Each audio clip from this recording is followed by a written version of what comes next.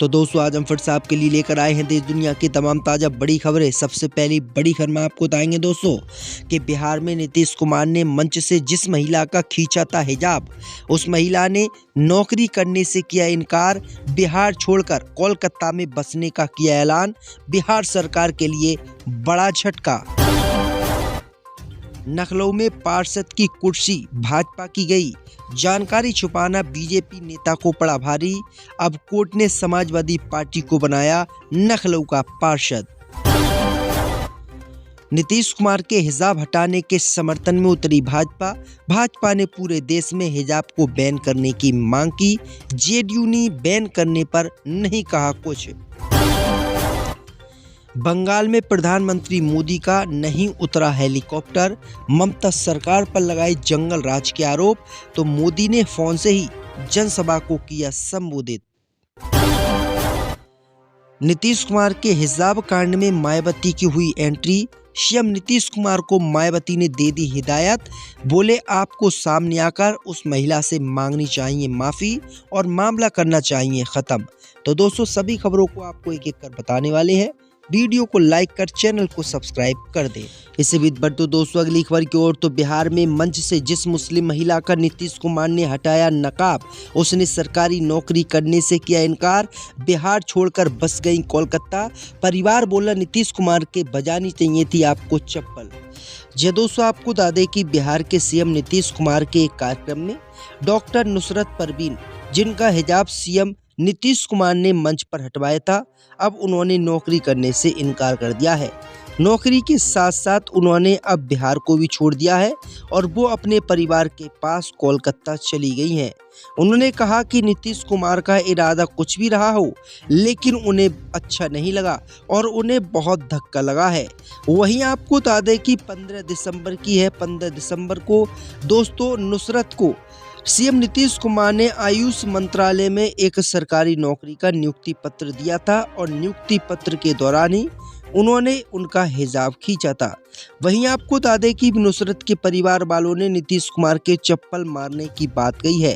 उन्होंने कहा कि हमारी बेटी ने नीतीश कुमार को चप्पल नहीं मारी, बल्कि ऐसे पागल व्यक्ति के तो चप्पल बजानी चाहिए थी, इसका दिमाग ठीक हो जाता। वहीं आपको बता दें कि नीतीश कुमार की इसी गलती से पूरे बिहार सहित पूरे राज्य में इनकी काफ़ी आलोचना हो रही है। लोग कह रहे हैं कि आखिरकार नीतीश कुमार ऐसा कैसे कर सकते हैं। वहीं भाजपा और अन्य जो है पार्टी वो कुछ इनके समर्थन में भी नजर आ रही हैं। इससे भी बढ़ तो दोस्तों अगली खबर की ओर, तो लखनऊ से भाजपा को लगा झटका, भाजपा के पार्षद की गई कुर्सी। जी दोस्तों आपको बता दें कि राजधानी लखनऊ से बीजेपी को बड़ा झटका लगा है। नगर निगम के वार्ड संख्या 73 फैजुल्लागंज से निर्वाचित भाजपा पार्षद प्रदीप कुमार शुक्ला उर्फ टिंकू शुक्ला का निर्वाचन आज रद्द हो गया है। अदालत ने नामांकन के समय दाखिल हलफनामे में महत्वपूर्ण जानकारियां छिपाने और तथ्यों के साथ हेराफेरी करने को गंभीर माना है।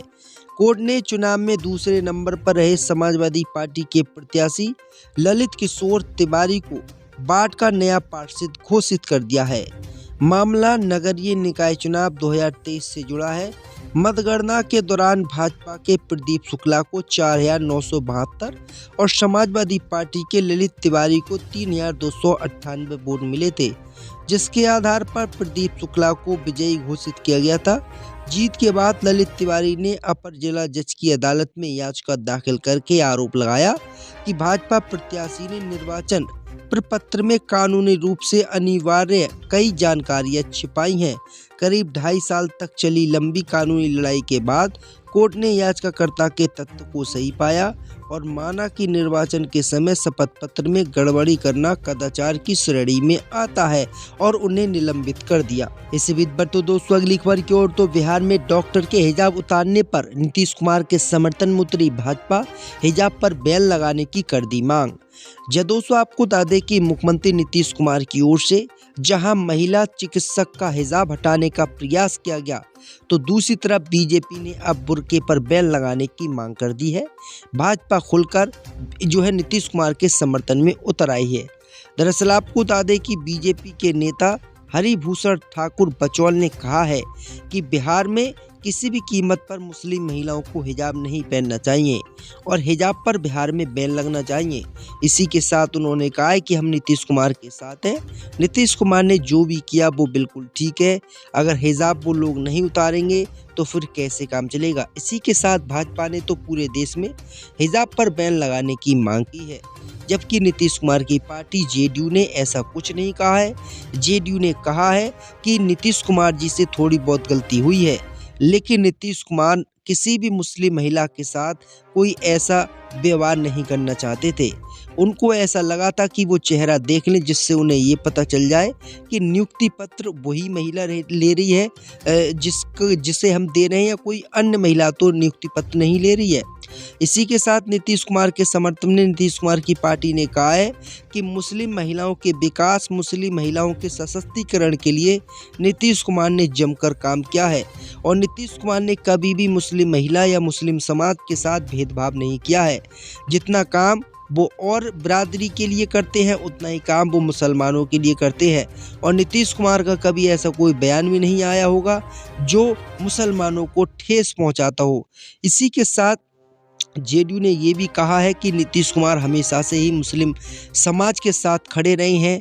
वो मस्जिद भी जाते हैं, उनको कई मुस्लिम पुरस्कार मिले हैं और नीतीश कुमार पर ऐसे आरोप लगाना बिल्कुल गलत है। अब देखना ये होगा कि नीतीश कुमार इस मामले को लेकर माफ़ी मांगते हैं या फिर नहीं। इसे भी बढ़ते दोस्तों अगली खबर की ओर, तो जम्मू कश्मीर में बड़ी सुरक्षा चूक, हाइड्रो प्रोजेक्ट के 29 कर्मचारियों के निकले आतंकी लिंक। दोस्तों आपको बता दें कि जम्मू कश्मीर के किश्तवाड़ में निर्माणाधीन हाइड्रो इलेक्ट्रिक प्रोजेक्ट से जुड़ी एक बेहद संवेदनशील जानकारी सामने आई है। इस 850 मेगावाट की रतले हाइड्रो इलेक्ट्रिक प्रोजेक्ट में काम कर रहे 29 लोगों के आतंकी संपर्क मिले हैं, जिससे विवाद उत्पन्न हो गया है। भाजपा की किश्तवाड़ विधायक शगुन परिहार ने इस प्रोजेक्ट में भर्ती किए गए मजदूरों पर सवाल उठाए हैं और पुलिस को चेतावनी और शिकायत पत्र दिया है। 1 नवंबर को जम्मू कश्मीर पुलिस ने mega engineering and infrastructure limited को पत्र लिखकर चेतावनी दी थी कि किश्तवाड़ के द्रवशाला क्षेत्र में बन रहे इस महत्वपूर्ण प्रोजेक्ट में 29 लोग ऐसे हैं जो उपद्रवी हैं या राष्ट्र विरोधी गतिविधियों में लिप्त हैं। इसलिए इन लोगों को किसी भी कीमत पर काम पर नहीं रखा जाए, इनको बाहर निकाला जाए। अब देखना ये होगा कि भाजपा ने जो बातें कही हैं वो ठीक भी है या फिर गलत है। इसे भी बढ़ते दोस्तों अगली खबर की ओर, तो ममता बनर्जी ने बंगाल में नहीं उतरने दिया प्रधानमंत्री का हेलीकॉप्टर, तो मोदी ने फोन से ही करी सभा। दोस्तों आपको बता दें कि आने वाले 1-2 महीने के बाद पश्चिम बंगाल में विधानसभा के चुनाव होने हैं और बीजेपी इस बार बंगाल में फुल ताकत झोंकने के मूड में है, क्योंकि भाजपा के बड़े बड़े नेता अभी से ही पश्चिम बंगाल में प्रचार कर रहे हैं और यही प्रचार करने के लिए प्रधानमंत्री मोदी भी पश्चिम बंगाल पहुंच रहे थे। लेकिन प्रधानमंत्री मोदी का हेलीकॉप्टर ही ममता सरकार ने पश्चिम बंगाल में नहीं उतरने दिया, जिसके कारण प्रधानमंत्री मोदी पश्चिम बंगाल तो नहीं पहुंच पाए, लेकिन उन्होंने फोन से ही जनसभा को संबोधित किया। दरअसल आपको बता दें कि प्रधानमंत्री नरेंद्र मोदी का हेलीकॉप्टर शनिवार को खराब मौसम और घने कोहरे के कारण पश्चिम बंगाल के ताहिरपुर में नहीं उतर सका, लेकिन प्रधानमंत्री मोदी ने तकनीकी का सहारा लिया और मोबाइल फोन के जरिए ही विशाल रैली को संबोधित किया। अपने संबोधन में उन्होंने ममता बनर्जी की सरकार पर अब तक का सबसे बड़ा हमला बोला। प्रधानमंत्री मोदी ने साफ शब्दों में कहा कि बंगाल में महाजंगल राज चल रहा है और टीएमसी सरकार घुसपैठियों को बचाने के लिए एसआईआर का विरोध कर रही है। पीएम मोदी ने कहा कि बिहार विधानसभा चुनाव के हालिया नतीजों का जिक्र करते हुए कि बिहार के इस जंगल राज को इस बार हम खत्म करेंगे। जिस तरीके से बिहार में हमने जीत हासिल की है, उसी तरीके से बंगाल को भी जीतेंगे। इसे भी बढ़ते दोस्तों अगली खबर की ओर, तो नीतीश हिजाब कांड में मायावती ने मारी एंट्री, सीएम नीतीश को दे दी नसीहत। दोस्तों आपको बता दें कि बिहार की राजनीति में इन दिनों उबाल मचा हुआ है। दरअसल आपको बता दें कि अब हिजाब जो नीतीश कुमार ने हटाया था, उसी को लेकर अब ममता बनर्जी भी सामने आ गई, माफ़ कीजिएगा मायावती भी सामने आ गई हैं। मायावती ने ट्वीट करके अपनी राय साझा की है। मायावती ने साफ तौर पर कहा कि ये मामला पहली नज़र में ही महिला सुरक्षा और सम्मान से जुड़ा हुआ है। उन्होंने इस बात पर भी दुख जताया कि मंत्रियों की गैर जरूरी बयानबाजी की वजह से ये विवाद खत्म होने के बजाय बढ़ता ही जा रहा है। मायावती ने नीतीश कुमार को एक बड़े भाई की तरह सलाह देते हुए कहा है कि मुख्यमंत्री को इस मामले में सीधे हस्तक्षेप करना चाहिए था और इसे अब तक सुलझा लेना चाहिए था।